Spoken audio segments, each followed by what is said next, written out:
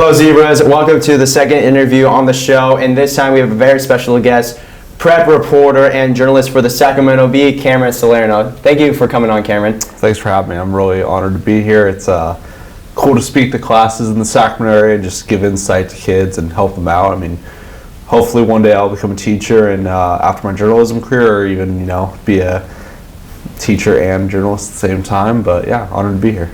Awesome. Thank you for coming on. A lot of people in the industry don't even know how to get their foot in the door, type of thing. So what did you do to get in the industry, and how should other students do that?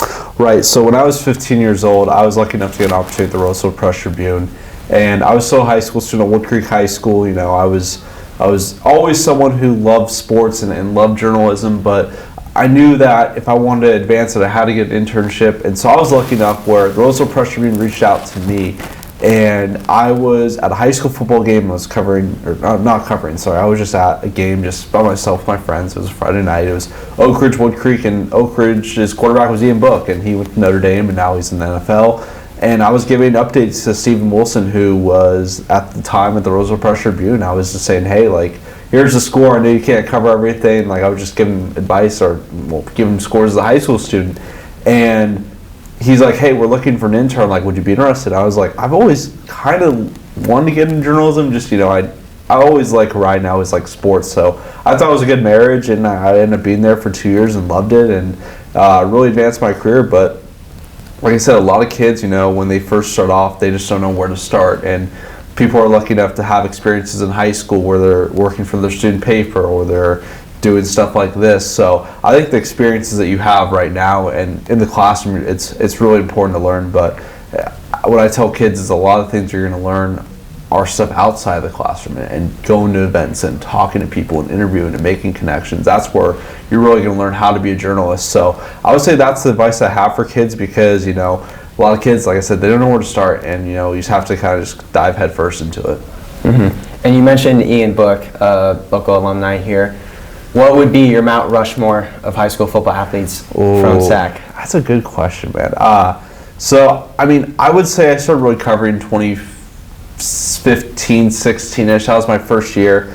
So I'd probably put Jonah Williams, who's in the NFL, on the Cincinnati Bengals. I'd probably have to go Joseph Nagata, who's from Folsom. Jake Brown, obviously another Folsom guy. And then that third, I might throw Ian Book on there. There's a lot of really good talent that's coming out of this area in recent years too. And I would probably say Book. Just because just the pedigree of his career. But there's definitely a lot of really talented players that have come out of this area and gone on to the Division I ranks and even the professional ranks. So yeah, there's a lot of guys you could put on that list. But I would say Jonah Williams is probably the best player I've seen, just because from a sheer talent. He was a huge offensive lineman. You can just tell he's going to play on Sundays one day. But yeah, I would say, him and Brownie and Nagata are the three best players I've seen. That fourth is really up for debate. But yeah, Folsom's had a lot of talent in this area. They've been dominant for years. Yeah. And then going back to Lincoln, who is probably the greatest athlete you've seen here at Lincoln High School? Any sport? That's a good question.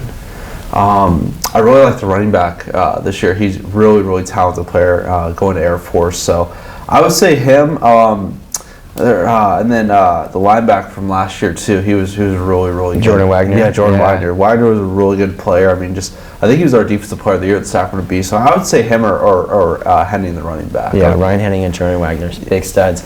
I want to talk about your student section poll, because when I talk to people like kids in school, that's what they know you for. They don't know you.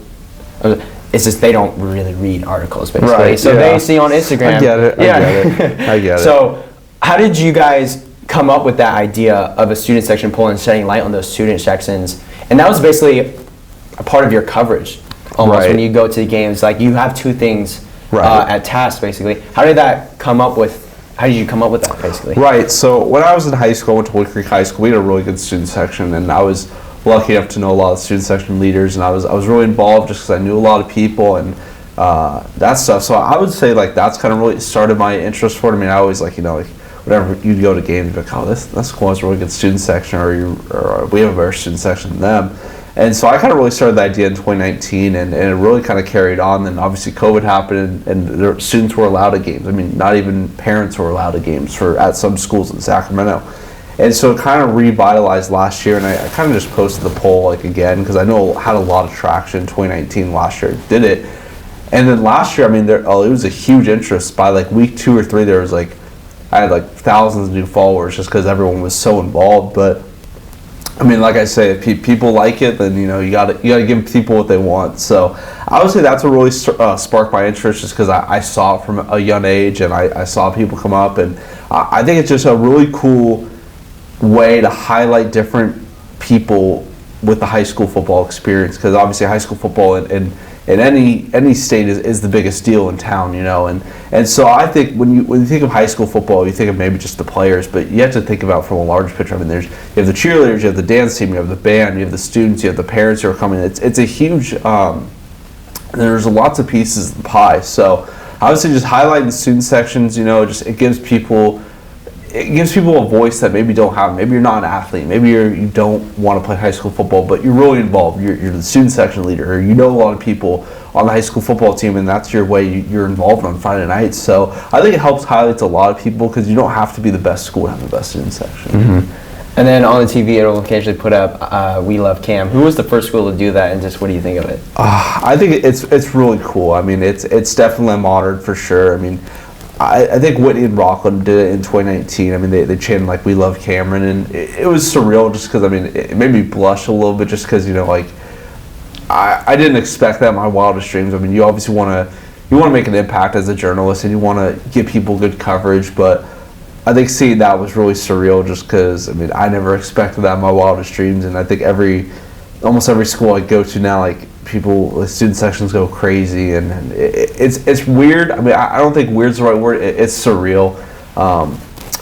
It's a cool experience for sure. I'm very lucky. I'm honored. I mean, if people like me, it's better than people putting up signs saying we hate Cameron. So I think that's why I'd put it. Mm-hmm. And then I want to bring up, in your interview with 65 Sports, which is now What Up Sports Nation as of the moment, you mentioned in this one game you went to the Niners football game in Santa Clara, and they didn't have your press pass. What was going through your mind, and you found a way to get a story out?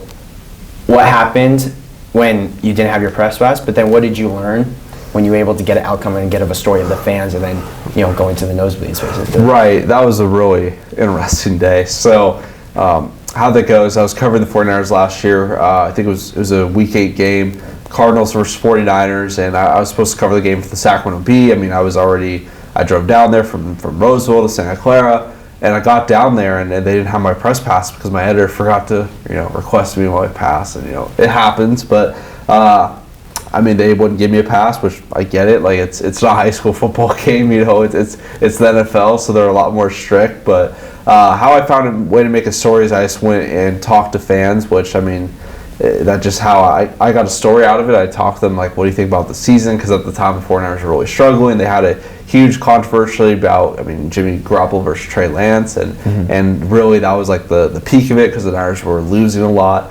And so that's how I got a story out of it. And it really just shows in life, you have to kind of overcome stuff. Not everything's going to be perfect. Not everything's going to go your way. And so if you really kind of go into a mindset where stuff isn't going right, and you find a way to make it a positive thing, I think that's really good. And there's a lot of lessons that you learn, like, in life that relate to journalism and vice versa. So I would say just how I overcame it was, I mean, obviously I was very upset at first, but I found a way, and that's all that matters. Mm-hmm. And then one final question. What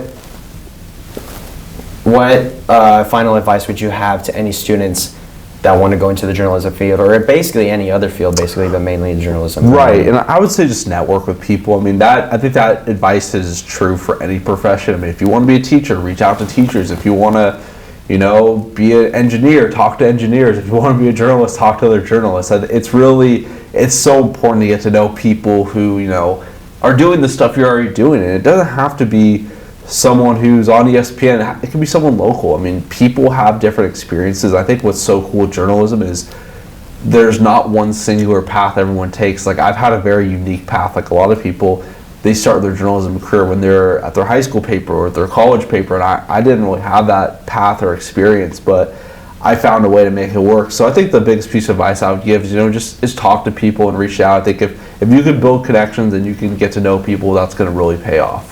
Awesome. Thank you so much for coming by Lincoln High School, Cameron. I really appreciate it. Let me shake your hand. Appreciate it. Thank you, guys. We'll see you next week.